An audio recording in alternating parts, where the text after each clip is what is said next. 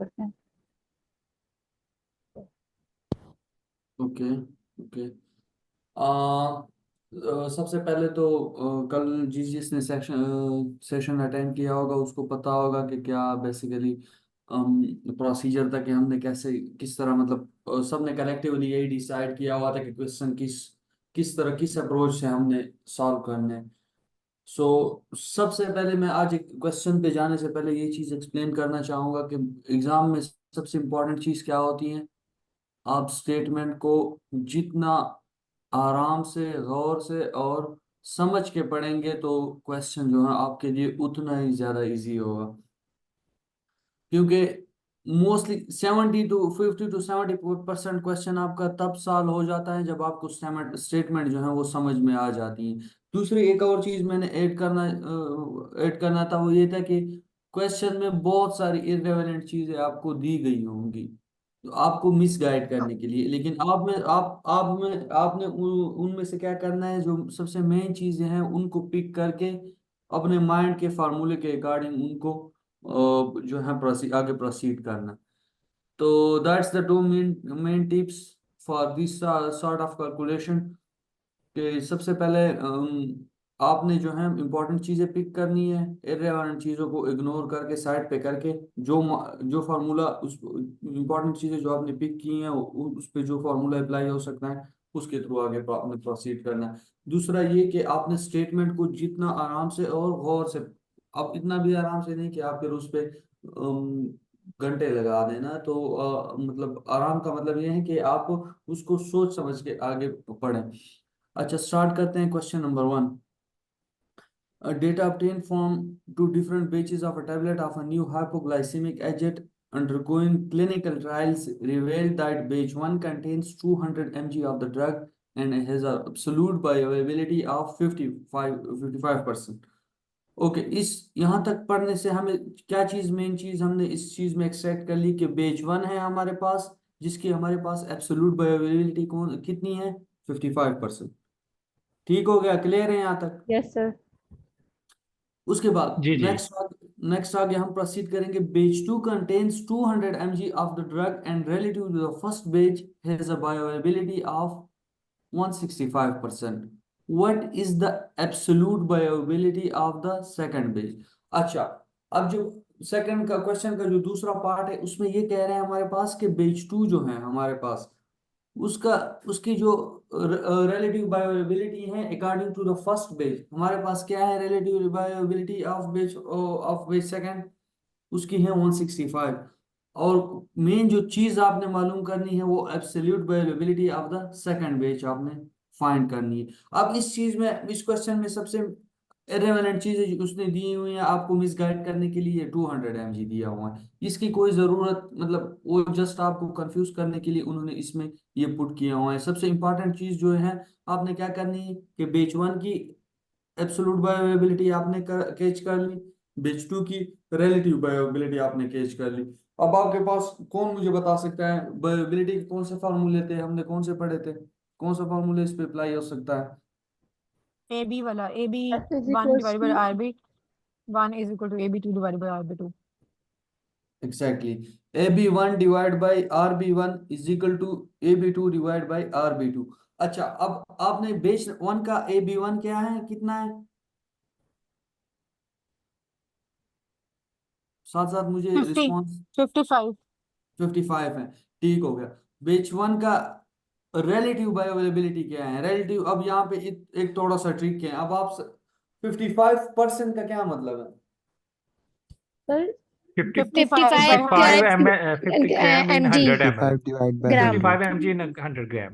Exactly ये यही चीज थोड़ी बहुत आपने क्या करनी है, इस तरह के मतलब वो जो क्वेश्चन स्टेटमेंट आप पढ़ रहे होते हैं ना उधर आपने थोड़ा सा जाके वो मतलब आपने उसको कैचअप करना है। तो 51 इसकी एब्सोल्यूट हो गई, रिलेटिव इसकी कितनी हो गई, 100 ऑफ बेच 1 हाँ की ना। जी। इसी तरह बेच सेकंड की जो है वो आपके पास रिलेटिव बायोअवेलेबिलिटी कितनी है, 100। 165 in 100। 165 100 आपने अवकाश अवकाश आप आपने वो नहीं पढ़ा। 100 आप क्यों यहाँ पे नहीं ले रहे, वहां पे 100। आपसे ये तो इसने बेच 2 की रिलेटिव बायोअवेलेबिलिटी बेच 1 से कंपेयर करके बताई हुई है। बेच 2 की एब्सोल्यूट बायोअवेलेबिलिटी हमारे पास मौजूद नहीं है, उसको हमने फाइंड आउट करना है। ये जो 165 दिया हुआ है ये अकॉर्डिंग टू कंपेयर करके, अकॉर्डिंग ये आप दोबारा से पढ़े ना, बेच 2 Base का 10 200 mg of the drug and relative to the first batch has a viability, means relative to the first batch has a viability of 165, means first batch से viability कंपेयर करके इसकी मतलब आपको बताई हुई है कि 165 है। समझ आ रही है मेरी बात की? जी जी जी जी जी। ठीक हो गया। अच्छा, अब एब्सोल्यूट वायलेबिलिटी आपने फाइंड आउट करनी है, उस फार्मूले में पुट कर लें AB1 divide by RB1 is equal to AB2 divide by RB2। आपने क्या करनी है, AB2 फाइंड करनी है, वो नीचे जो RB2 है वो इसको इस साइड पे लेके आ जाएंगे तो आप जो है वो फिर इसका आंसर निकाल लेंगे। क्लियर है यहाँ तक सबको? Yes sir. जी जी क्लियर है। किसी को कोई मसला तो नहीं हो रहा, मतलब ऐसे सर ओरली सॉल्व? जी जी। AR1 इसमें क्या है? AB1 एब्सोल्यूट बायोअवेलेबिलिटी बेच 1 AR1 AB1 तो 55% है, AR1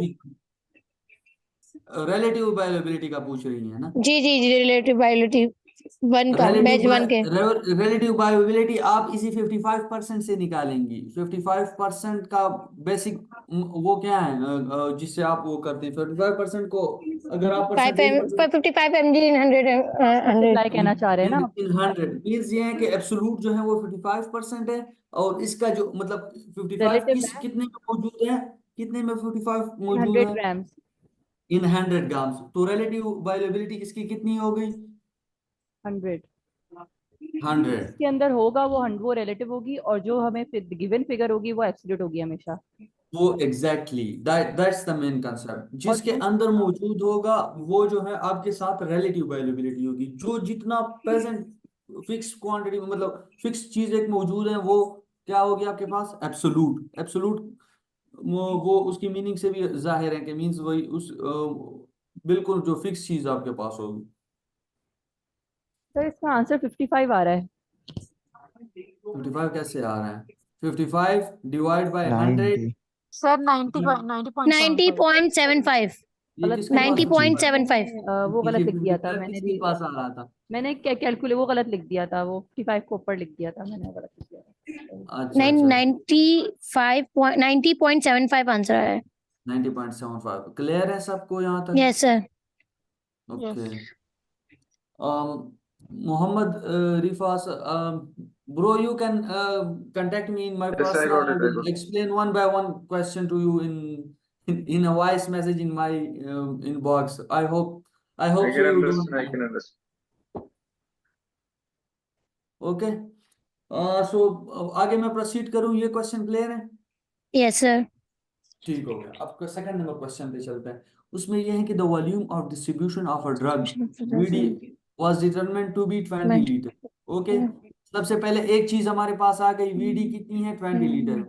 What would be the expected plasma drug concentration immediately after an intravenous dose of 2 mg is given to a 70 kg male patient? OMG अच्छा, आपसे क्या चीज मेन चीज पूछी गई है? सीपी पूछा गया प्लाज्मा है। ड्रग। जी जी ठीक हो गया। और साथ ठीक। में क्या चीज डोज गिवन है? डोज कितना है हमारे पास? 2 mg 2 2 mg। mg से। वेट हमारे पास कितना है पेशेंट का? 70 kg। 70 kg। अब इसमें से कोई मुझे बता सकता है इररिलेवेंट चीज कौन सी है और सबसे मेन चीज है कौन वेट सी? 70 वेट kg। इररिलेवेंट है, वेट इररिलेवेंट है।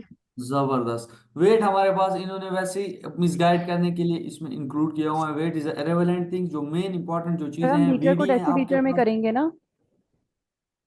जी आंसर आने के जी जी बाद बिल्कुल। हाँ, एक चीज और मैं इम्पोर्टेंट, ये बहुत आपने आंसर जब भी निकालना है, उस आंसर निकालने से पहले आप ये ऑप्शंस के उसको यूनिट्स को देख लिया करें, क्योंकि बेशक आप वो याद ना रखें कि मतलब वीडी का सर यूनिट क्या होगा। 0.01 पीपी का माइक्रोग्राम पर डीएल आंसर आ रहा है। 0.1 01। किस तरह कैलकुलेट किए हैं? कौन सा Yes, sir. फॉर्मूला यूज किया है? सर वॉल्यूम ऑफ डिस्ट्रीब्यूशन का VD is equals to CP upon 10 microgram पर डीएल। तो किस फॉर्मूला तो सही बताया है, सर डीएल इसका भी फॉर्मूला चेंज ये करना यूज नहीं, होगा ना, 10 माइक्रोग्राम वीडी पर डीएल इक्वल आ टू रहा है। लेटर लेटर को वीडी भी इक्वल तो to zero DL dose by zero point CP. Zero one किसके पास आ रहा था? 1 लीटर डेसीलीटर कितने बराबर होता है? 1 लीटर 10 1 लीटर में 10 कितने डेसीलीटर डेसीलीटर होते हैं? 10 डेसीलीटर 10 वेल डन, 10 डेसीलीटर होता है एग्जैक्टली। अच्छा, आपने कौन सा यहाँ पे, अब वीडी गिवन है, सीपी गिवन है, डोज गिवन है, आपके पास फार्मूला है VD is equal to dose divide by CP. आपसे क्या चीज मांगी गई है? सीपी मांगा गया है ना। तो आपने क्या करना है, उधर आपके रीअरेंज पास, कर लेना है।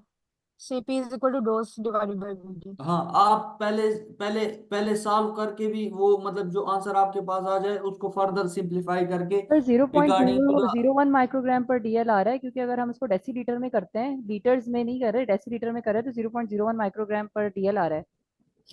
किस सॉरी, तरह, मुझे काइंडली समझा दे किस तरह 0.01 आ रहा है। फूरियर 2 mg इज इक्वल टू तो डोज को भी कम करना है ना, सही सही, 2 mg को माइक्रोग्राम में करना है।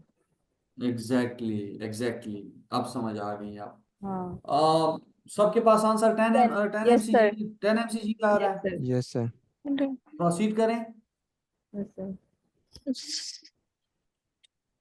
अच्छा, क्वेश्चन नंबर 3 है, a 55-year-old male patient weighing 65 kg requires a loading dose of a drug to treat infection. What is the suitable intravenous loading dose of the drug for the patient to achieve a plasma drug concentration between 7 to 9 mg per liter? VD हमारे पास given है 0.25 litre पर KG. अच्छा, आपके पास जब भी VD जो है litre पर केजी में दिया हो ना, तो उधर उसके साथ उस क्वेश्चन में आपके पास वेट भी दिया होगा। तो आपने सबसे पहले क्वेश्चन स्टार्ट करने से पहले क्या चीज करनी है? वीडी, सबसे मेन फाइनल वीडी मालूम करनी है। फाइनल वीडी किस तरह मीन 0.25 लीटर पर केजी है ना, और पेशेंट का वेट कितना है? 65 65 केजी। तो इसकी फाइनल वीडी सबसे पहले आप मालूम कर लेंगे। उसके बाद मेन चीजें जो आपके पास गिवन है, क्या चीज है? वीडी गिवन है, प्लाज्मा ड्रग सीपी गिवन है। अच्छा, सीपी यहाँ पे आप 7 to 9 है, इसमें आप एवरेज हम, हाँ एग्जैक्टली जब भी आपके पास इस तरह की 16.25 लीटर्स आ रहा वैल्यू, है। अगर हम जो है ना 65 kg का निकाल रहे हैं ना वीडी, तो 16.25 लीटर आ रहा है। जी 16.25, ये फाइनल वीडी आ गया, जबरदस्त। इसके बाद हमारे पास सीपी कितना है? सीपी कितना हम लेंगे? 7 to 9 8 है। एवरेज 8 मिड mg लेंगे, मिड वाला लेंगे। 8 mg एग्जैक्टली, 8 mg आपने वो ले लिया सीपी। उसके बाद सीपी आ गया, वीडी आ गया। आपने क्या चीज मालूम करनी है? Loading dose.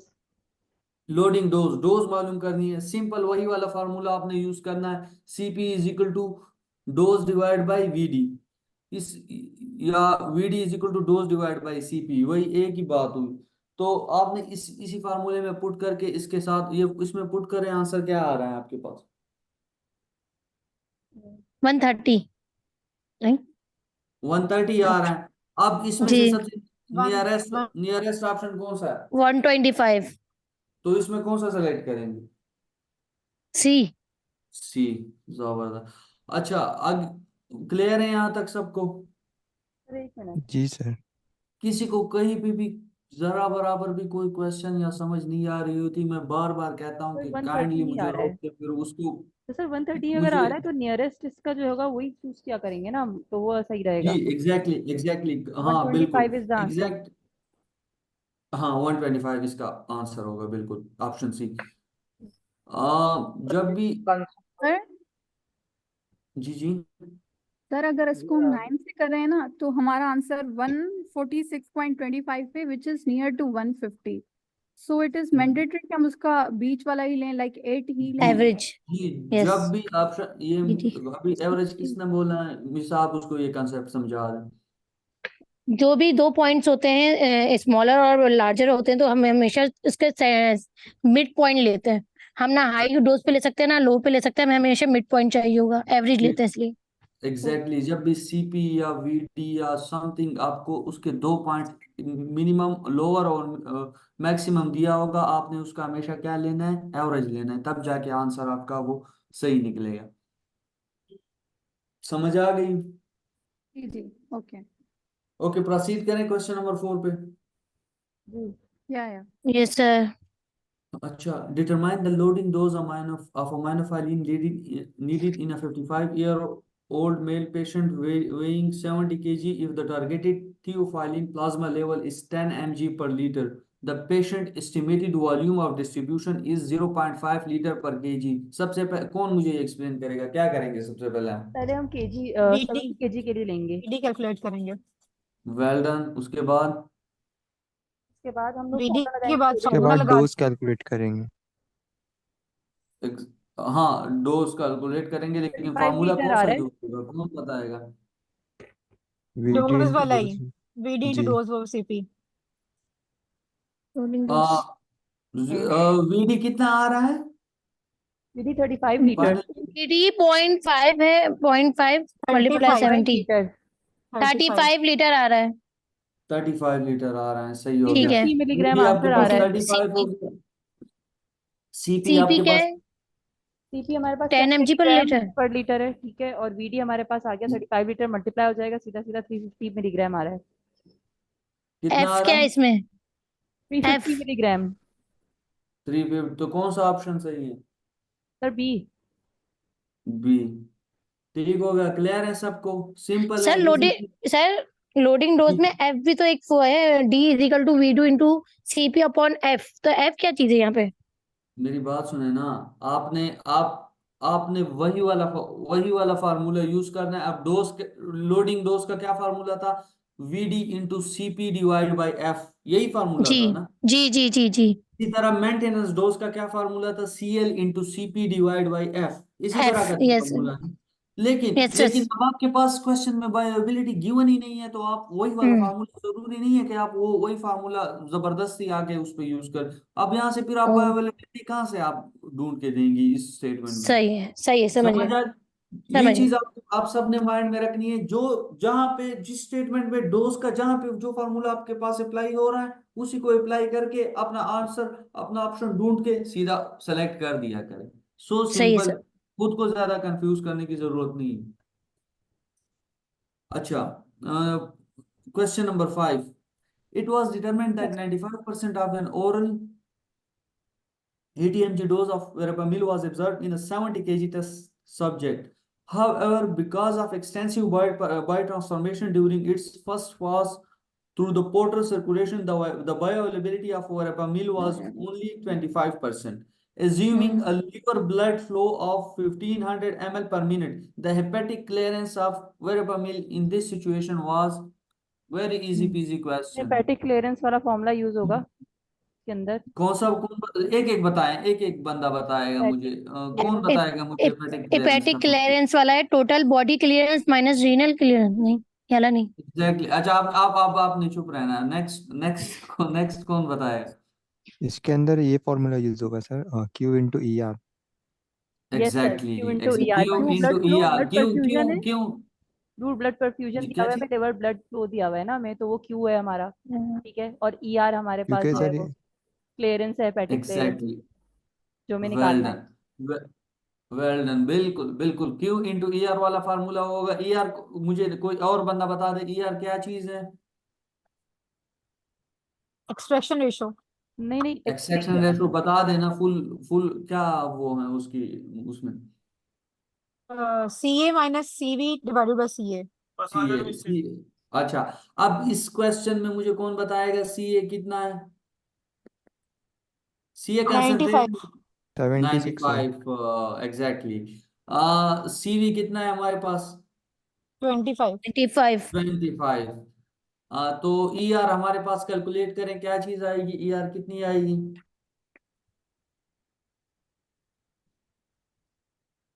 31.66। 31.66। 95 minus 25, 70 divide by 95 करें, क्या चीज आ रही है?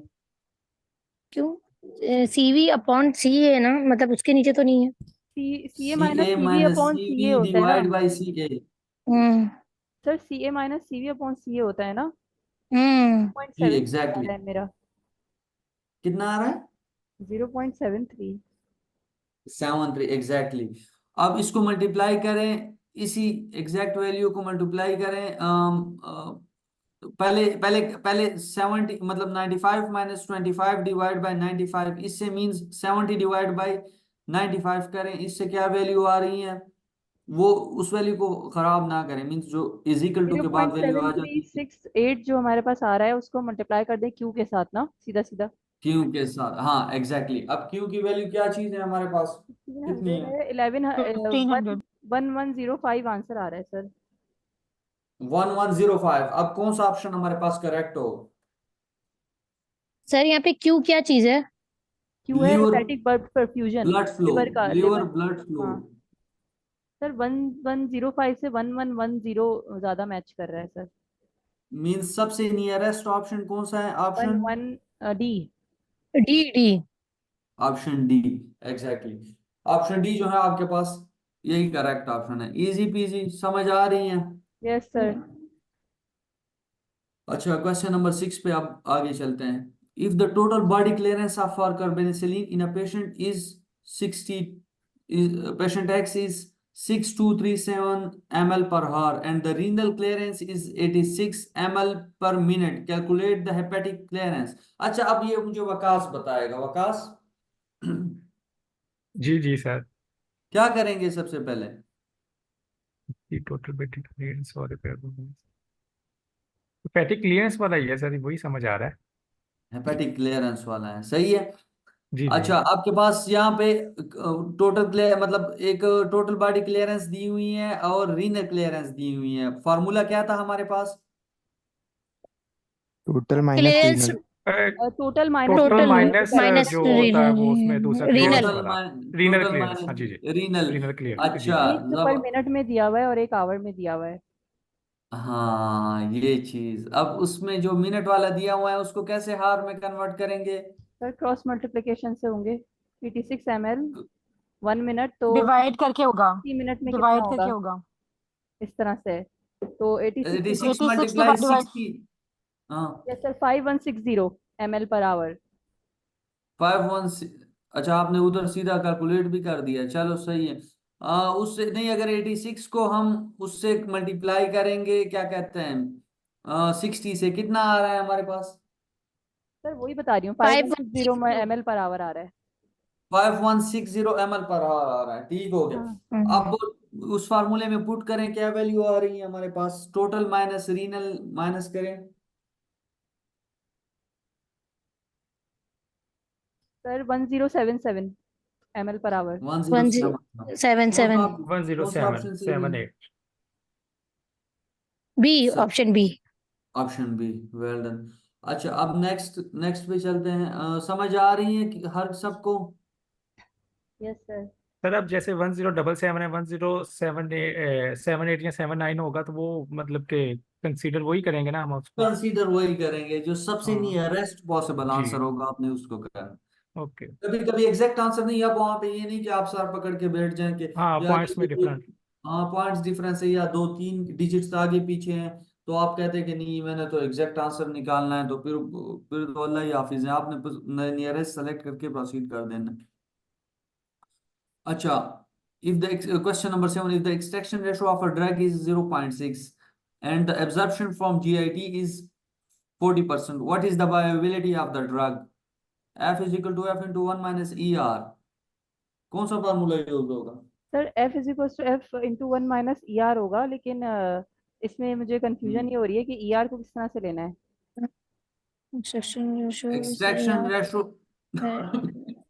एक्सट्रैक्शन रेशो आपके पास गिवन नहीं है? हाँ 0.6। 0.6 जी 0.6 है। F को क्या लेंगे सर? 0.6। एफ एब्जॉर्प्शन फैक्टर को आप क्या लेंगे? F सही। ये माउस कर्सर में किस चीज के इर्द गिर्द घुमा रहा हूँ? अच्छा सही। 40%। 40%। 40%।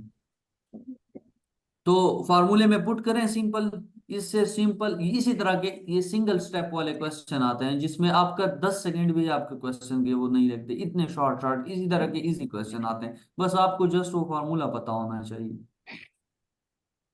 अच्छा सर कोई सिंपलीफाई 16 क्या आंसर आ रहा है, फार्मूले में 16 पुट सर करें? इसमें क्या लगेगा पुट यानी में कौन सा फॉर्मूला लगेगा बायोबिलिटी का? इसमें 16% एक्सट्रैक्शन आंसर आ रेशो रहा है। एक्सट्रैक्शन रेशो आपके पास गिवन है ER, और साथ में एब्जॉर्प्शन फैक्टर एफ गिवन है आपके पास, और बायोअवेलेबिलिटी का आपसे पूछा गया है एफ का। तो हमारे पास एक फार्मूला था, अगर याद हो, एफ इज इक्वल टू एफ इंटू 1 - ER, याद आ गया यस आपको? सर, यस सर, आ गया। 16 16% आंसर आ रहा है। 16 मेरा भी 16 आया। तो आपका भी ठीक है 16 16 आया, है, 16 तो ही है। कौन सा ऑप्शन फिर सेलेक्ट करें? ए। माइनस 6। जबरदस्त। ओके, प्रोसीड करें फिर आगे। सर पूछने सब for morphine we assume F, F क्या है? 1 बायोअवेलेबिलिटी इधर से ऑफ चलेंगे वन तो F1 ER 0.6 of 1 and ER of 0.6. What is the oral bioavailability of morphine? 0.4 कौन सा? अच्छा, एक और चीज, बायोअवेलेबिलिटी अगर आपके पास F इज इक्वल टू 1 है, बायोअवेलेबिलिटी अगर 1 होती है तो उसको हम आईवी, आईवी है वो। 1 होती है, उसको हम कितना 100 कंसीडर करेंगे? 100%, परसेंट में कितना 100 कंसीडर 100%, करेंगे? 100%। 100%। अब आपने आंसर यहाँ पे according to your option select करना है। आपने बायोअवेलेबिलिटी 1 है, इट्स मीन आपने अगर उस यहाँ पे ऑप्शन आपके आपके पास परसेंटेज में गिवन है, आपने उस 1 को परसेंटेज में कंसीडर करना है। कितना परसेंट अब इसको कंसीडर करेंगे? 100%। 100%। फॉर्मूला में बिट करें, क्या चीज आ रही है आपके पास? 100 के साथ 40%। 40%। सबके पास 40% आ रही है? जी। यस ठीक हो सर, गया, क्लियर है यहाँ तक? Yes sir. अच्छा, अब ये क्वेश्चन नंबर 9, ये थोड़ा ट्रिकी है सर थोड़ा। ये वाला मुझे पता नहीं चला, प्लीज बता दो। कौन सा ये क्वेश्चन 8 नंबर वाला 8? Sir, 8 number sir, 8 number. 8 number दोबारा से रिवाइज कर लेते हैं। For morphine if we assume F, यहाँ पे अब बायोअवेलेबिलिटी की बात हो रही है, of 1 and ER extraction ratio of 0.6, then what is the oral bioavailability of morphine? Bioavailability का पूछा गया है। यहाँ पे आपके पास एफ एब्जॉर्प्शन फैक्टर दिया हुआ है और ER एक्सट्रैक्शन रेशो दी गई हुई है, और साथ में बायोअवेलेबिलिटी का आपसे पूछा गया है। तो आपके पास फार्मूला क्या है? F is equal to F into 1 - ER। तो उसमें अगर हम ये पुट करेंगे तो 1, इस चीज में आपको कंफ्यूजन है कि यहाँ पे 1 हम 1 की जगह हम 100 क्यों ले रहे हैं, ये इस चीज में कंफ्यूजन है।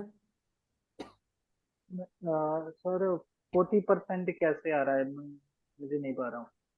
आप आपने आपने फार्मूले में वैल्यूज पुट की कि नहीं? नहीं, वही तो दिक्कत हो रही है ना, फार्मूले का मुझे पता नहीं चल रहा है कि F इंटू 1 - E आ रहा है ना। हाँ जी। तो F को हम क्या ले रहे हैं? F को यहाँ पे हम 100 कंसीडर कर रहे हैं, 1 तो कंसीडर यहाँ नहीं कर रहे। 100 लिखेंगे वहाँ पे। जी, आपका 0.4 आ रहा होगा अमन भाई, ऐसा ही है? हाँ, थोड़ा हाँ, तो आप इसको यही आ इंटू रहा 100 था कर तो। दें तो भी आपको आप उसको परसेंट 100 में कर देना, आप उसको 100 इंटू के साथ 100 कर मल्टीप्लाई दें। कर दें, परसेंट में वो कर दें, 40 आ परसेंट जाएगा। में कर दें। हाँ हाँ 100% में ठीक कर ठीक देना, ठीक। या 100 से क्योंकि हम मल्टीप्लाई लोग कर दें। F नहीं ले रहे हैं ना, तो IV है ना, तो उसको F कंसिडर हाँ नहीं करेंगे, तो इंटू 100 कर दें तो आंसर आ जाएगा। हाँ, नहीं अगर आप 1 से भी करेंगे तो उसको वो 0.4 में आ जाएगा, तो उसको 100 से मल्टीप्लाई कर दें। 0.4 आ रहा है। हाँ, 100 ओके। अब वो मैं हो गया। परसेंटेज में नहीं ना हमने लिया, मेरा भी पहले यही आ रहा था 0.4 ही। जब हम परसेंटेज और में लेंगे तो इंटू फिर 100 नहीं करेंगे, खाली वो जो IV इन्फ्यूजन वाले होंगे ना उनको करेंगे। हाँ सबको नहीं करेंगे। एग्जैक्टली। अच्छा, क्लियर क्लियर हो गया? जी जी जी जी। Proceed yes. करें question number 9। The elimination half life of penicillin is approximately 0.5 hours. Half life हमारे पास पेनिसिलिन की 0.5 आवर्स है। thus when the administered IV every 6 hours, thus अगर हम इसको हर 6 घंटे के बाद IV के थ्रू क्या कहते हैं इंजेक्ट करते हैं, तो हमारे पास इन इन स्टेटमेंट में सबसे कौन सा बेस्ट स्टेटमेंट होगा? अच्छा, अब आपको मैं ये एग्जांपल के थ्रू समझाऊंगा ये वाला क्वेश्चन। इसमें यह है कि आपके पास लेट सपोज पेनिसिलिन है, ठीक हो गया, उसकी उसकी क्वांटिटी आप कंसीडर कर ले 200 mg, ठीक हो गया, इनिशियल कंसंट्रेशन, सही हो गया? जी। ये हमने कंसीडर करनी है। हाँ वैसे खुद से ये अच्छा। कंसीडर, क्योंकि इन इन ये सारे थ्योरी टाइप क्वेश्चन है ना, चेक करें मींस ये यहाँ पे एक एक स्टेटमेंट लिखी गई, मतलब ऑप्शन दी हुई है, वो उसके साथ ये इस स्टेटमेंट के जो इस बेस्ट पॉसिबल इसके साथ मैच कर रही है, वही आपने सेलेक्ट करनी है। यानी आधे घंटे में उसकी हाफ लाइफ होती जा रही है और हम हर 6-6 घंटे में दे रहे हैं। दे हाँ, हर 6-6 घंटे में इसको दे रहे हैं। तो लेट सपोज अगर 200 mg है तो आधे घंटे के बाद क्या होगा, उसका डोज कितना होगा? 100 100 mg मीन्स 50% वो क्या हो जाएगा? lost. तो Eliminate हो जाएगी 50%. पहला स्टेटमेंट हमारे पास क्या लिखा हुआ है, half the administered dose will be eliminated in urine at 1 hour। तो ये गलत है कि सही है? गलत है सर, क्योंकि आधे घंटे में हो रहा नहीं है होगा, ना गलत. गलत है, हाफ एन आवर में. एग्जैक्टली मीन्स क्योंकि आधे घंटे में हमारे पास सीधा आधा हो रहा है ना, ये तो कह रहे हैं कि 1 घंटे में हमारे पास जो है वो हाफ होगा। तो पहला स्टेटमेंट क्या हो गया, गलत हो गया, सही है। गलत है।